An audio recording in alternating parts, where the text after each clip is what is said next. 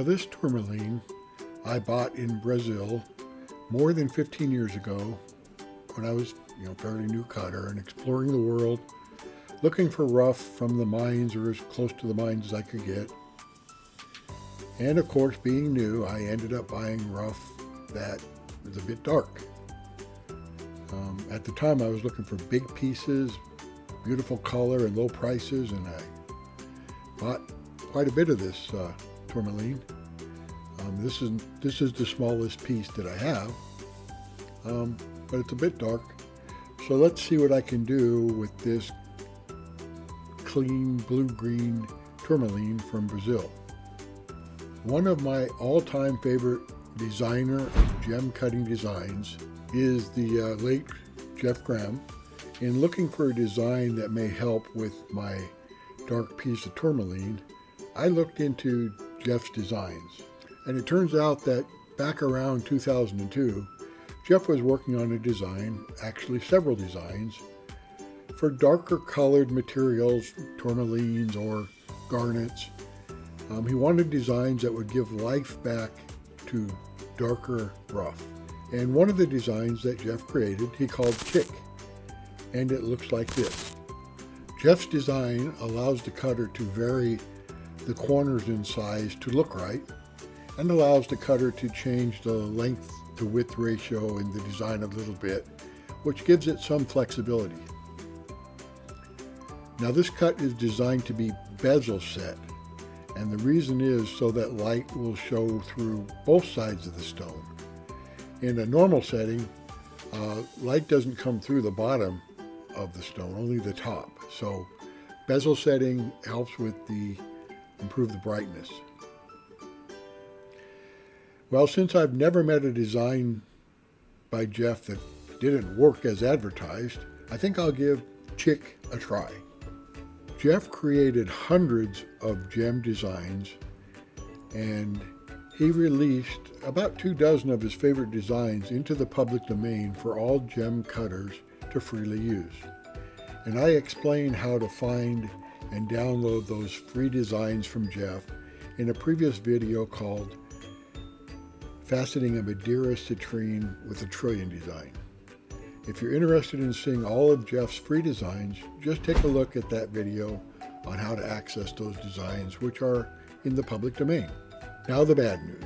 This design, Chick, Jeff did not release into the public domain. This design, Jeff put into one of his many books on gem cutting designs. This design can be found in Jeff's book, Additional Designs number 8. Now, more bad news for you. I know a lot of you cutters are thinking you'll go on to eBay or you'll go to your usual online used bookstores and start picking up Jeff's design books, all over the place. And well, I guess it's possible that you'll find a book in one of the regular places to find used books, but really, guys, not going to happen. And I don't want you to have to search the world over in vain looking for Jeff's books. So here's some good news. Jeff's books are still available. The Rock Peddler, which sells lapidary equipment and supplies, has the books. In fact, Jean Rodolfi, the owner of Rock Peddler, is the only authorized seller of Jeff's books, and she sells them on behalf and coordination with Jeff's estate. So if you are interested in other designs by Jeff, contact the Rock Peddler. For our green-blue tourmaline, I put a piece of putty in the bottom of the V-shaped dop to hold the stone in place and allow me to push the flat dop on top of the stone onto the top, which I have already ground flat. I initially put an oversized dop on top of the stone and push it down to get the stone flat, and to allow me to easily center the dop onto the stone where it needs to be. The putty gives a little, so I can make the top flat with the dop, and the putty also holds the stone in place while I switch dops to the dop I'm actually going to use to cut the first half of the stone. The actual dop I'm going to adhere to the stone is called an emerald dop because of the emerald or rectangular shape. These dops do not come with the basic set of dops you receive when you buy an Ultratech, but Ultratech does sell these emerald dops separately. They are useful when you're cutting long crystals like this tourmaline into a rectangular or emerald shape. Make sure it's lined up about where we want it. Push it up and out of the way. And then we'll use our two-part epoxy to glue the tourmaline to our emerald dop. I use a business card, two-part epoxy. I use the JB Weld and a bamboo skewer. I just make, you want about a 50-50 mix of the epoxy.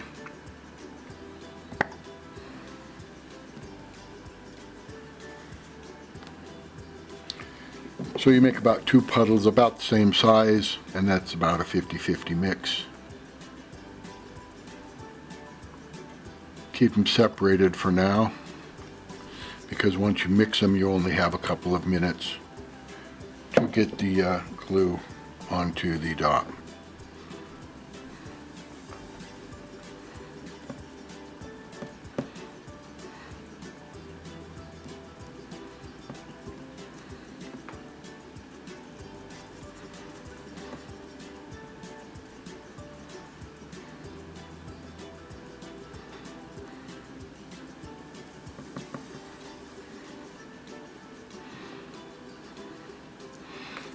Okay, let's get a good amount of the adhesive, our two-part epoxy, onto the dop and the stone.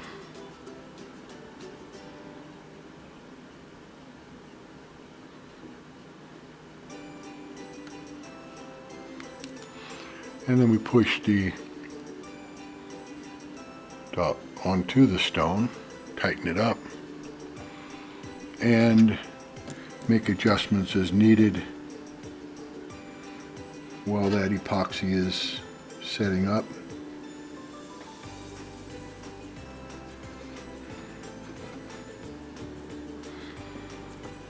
You have to turn it over sometimes to make sure it goes where you need it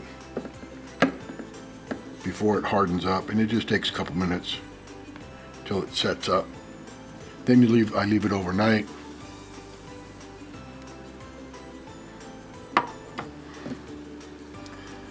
To harden, but I have another project to work on in the meantime. You just don't want the epoxy running down the side of the stone or down too far down the dop that it'll interfere with your operation. If it gets all over the stone when you're cutting it and fastening it, what will happen is it'll affect the laps. You'll get epoxy in the laps. You can clean it off. Some people put a little bit of acetone on the lap to eat up the epoxy if they ever get a buildup. But the best way to do it is just keep the epoxy off the side of the stone, and if it goes too far down the dop, it affects you putting the dop into the quill. But with this dop, the epoxy's only, it's not going to cause a problem with this dop.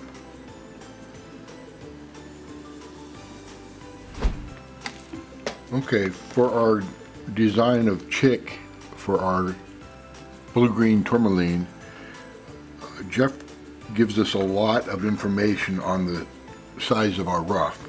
A lot of length to width information, height to width, which is 0.357, pavilion to width 0.167, crown to width of 0.17, meaning it's a very thin stone when we're done.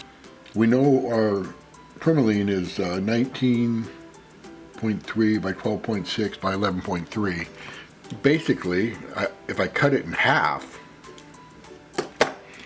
if I cut our stone in half, making 2 stones, I still have plenty for to cut chick in. So I'm going to start, instead of grinding all this off and wasting it, just going to cut it in half and go from there.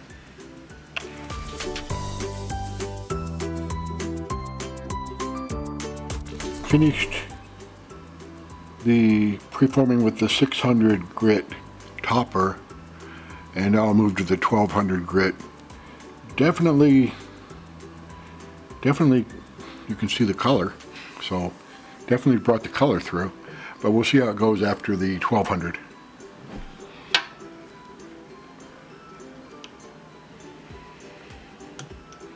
I finished pre-polishing the Tourmaline, and I used 3000 grit diamond on a bat lap. Now a lot of cutters would go straight to polish from the 1200 grit pre-polish, but I wanted to take it an extra step with the 3000 to make sure I lined up all the facets a little bit more, and because with a good pre-polish you get a good polish. And I'm still testing out my dark side lap from Gear Loose, and I don't think I've used it on Tourmaline yet, so I want to see how it polishes Tourmaline. So I'm going to use the dark side lap and aluminum oxide to polish the Tourmaline.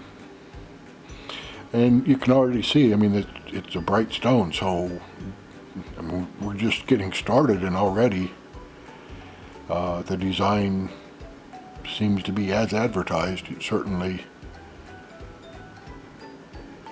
not a dark stone anymore, but we'll see. Finished polishing the pavilion of this stone, the bottom half, except it calls for a crown, a table on the pavilion, a table on both the crown and the pavilion. Both sides have a table in this design. So I'll cut that next and polish it. I don't want to judge our design yet to see if it helps with dark stones, but I mean,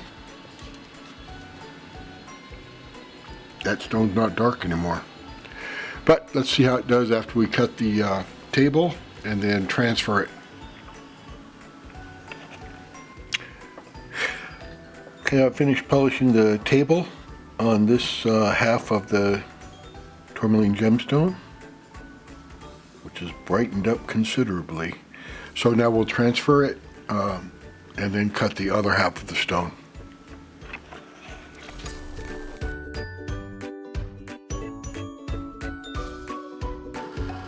Ready to start cutting on our top part or crown of our Tourmaline.